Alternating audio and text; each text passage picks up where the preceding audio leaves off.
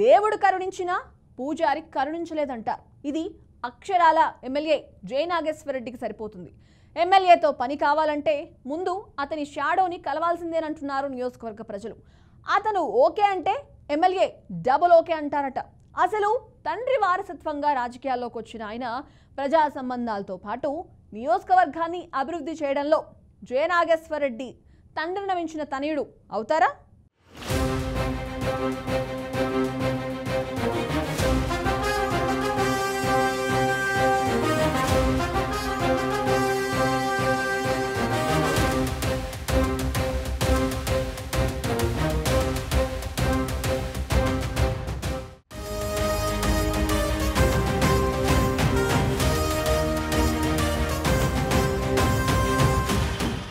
BV Mohan Reddy రాజకీయ వారసుడిగా రాజకీయ అరంగేట్రం చేసిన జె నాగేశ్వరరెడ్డి బివి తరహాలో ప్రజలతో సంబంధాలు నెరపడంలో, నియోజకవర్గాన్ని అభివృద్ధి చేయటంలో వారసత్వాన్ని కొనసాగించలేదని చెబుతారు. ఎమ్మెల్యేగా 2014, 2024 2 పర్యాయాలు ప్రజలు గెలిపిస్తే గెలిచే వరకు ఓడమల్లన్నా అని, గెలిచిన తరువాత ఏదో అన్నట్లు ఆయన ప్రజలకు కనపడకుండా పోతారనే టాక్ ఉంది. అయితే ప్రజల కోసం తన నీడను వదిలి తమ సమస్యలను నీడతో చెప్పుకోవాలన్నట్లు ప్రజలను వదిలేసిపోయారనే సెటైర్లు వినబడుతున్నాయి. ఇప్పుడు ఎమ్గనూరు నియోజకవర్గంలో ఆ నీడదే అధికార దర్పం. ప్రజలు ఏ సమస్య అయినా ఆ నీడతో చెప్పుకుంటే ఆ నీడ నిర్ణయించిన ధర చెల్లిస్తే పని ఇట్టే అయిపోతోందట. ఒక్కో పనికి ఒక్కో రేటు పెట్టి షాడో ఎమ్మెల్యేతో వసూలు చేస్తున్నారని ప్రజల నోట్లో బివి జె నాగేశ్వరరెడ్డి నానుతున్నారట. వసూల్లో ముందు అభివృద్ధిలో వెనక అన్నట్లుగా ఎమ్మెల్యే వ్యవహరిస్తున్నారని నియోజకవర్గంలో టాక్ వినిపిస్తోంది.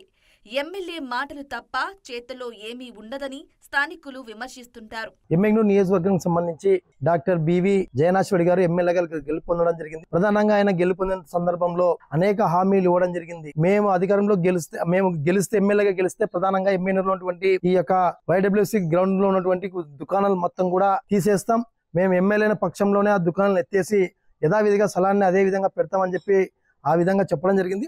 అదే కాకుండా గతంలో వైసీపీ హయాంలో వేసినటువంటి ఆ డబ్బులు తొలగించాలని చెప్పి కూడా కాళ్ళకి గజ్జలు కట్టుకునే ఇలాంటివంటి టీడీపీ నాయకులు ఇవాళ మీరు గెలిచి దాదాపు 7 నెలలు కావస్తుంది, కనీసం ఒక డబ్బు అయినా అక్కడ ఉన్నటువంటి రివర్స్ కాలింగ్ గ్రౌండ్ లో ఒక డబ్బు అయినా తీసారా అని చెప్పి సందర్భంగా మేము మిమ్మల్ని అడుగుతున్నాం.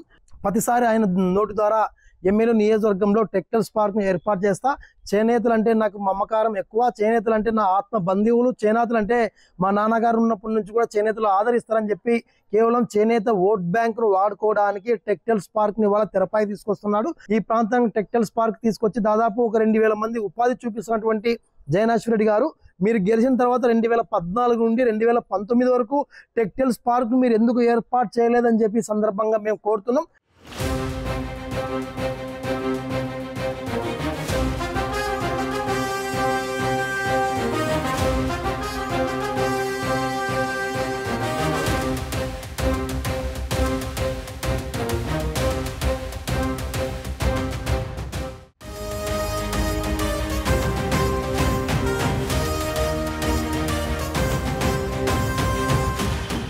తండ్రి బివి మోహన్ రెడ్డి పేరుతోనే నెగ్గుకొస్తున్న బివి జె నాగేశ్వరరెడ్డి ప్రస్తుతం నియోజకవర్గం ప్రజల నుండి తీవ్ర వ్యతిరేకతను ఎదుర్కొంటున్నారు.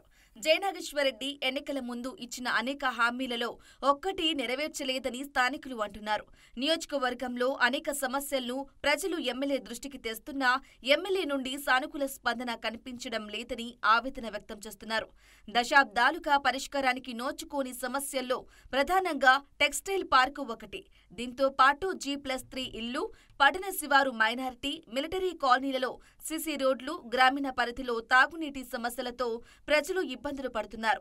అలాగే పార్కులను అభివృద్ధి చేయడంలో, పేదలకు ఇళ్ల పట్టాలు ఇవ్వడంలో, ప్రభుత్వ వైద్యశాలలో మెరుగైన వైద్య సేవలు అందించడంలో విఫలమవుతున్నారని ఆరోపణలున్నాయి.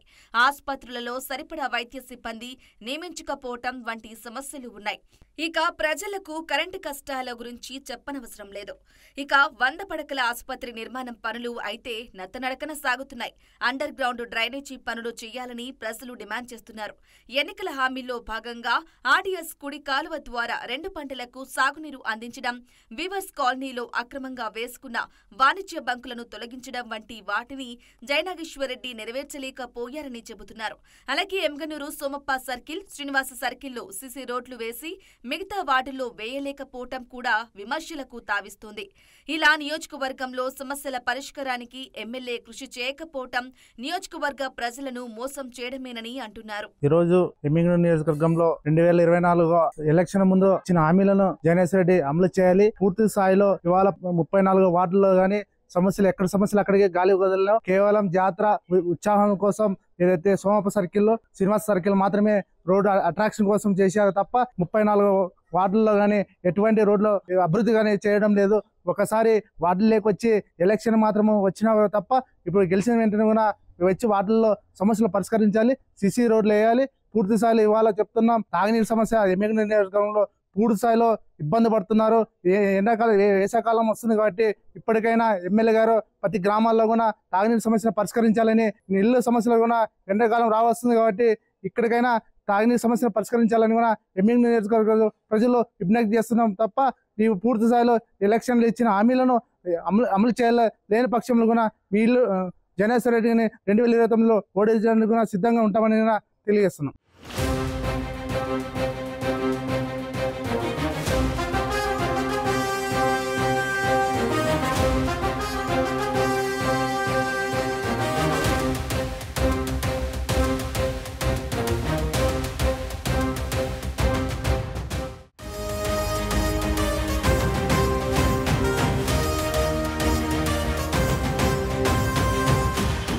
ఇచ్చిన హామీలు నెరవేర్చక, ప్రజల సమస్యలు వినక ఎమ్మెల్యే జయనాగేశ్వరరెడ్డి విమర్శలు ఎదుర్కొంటున్నారు.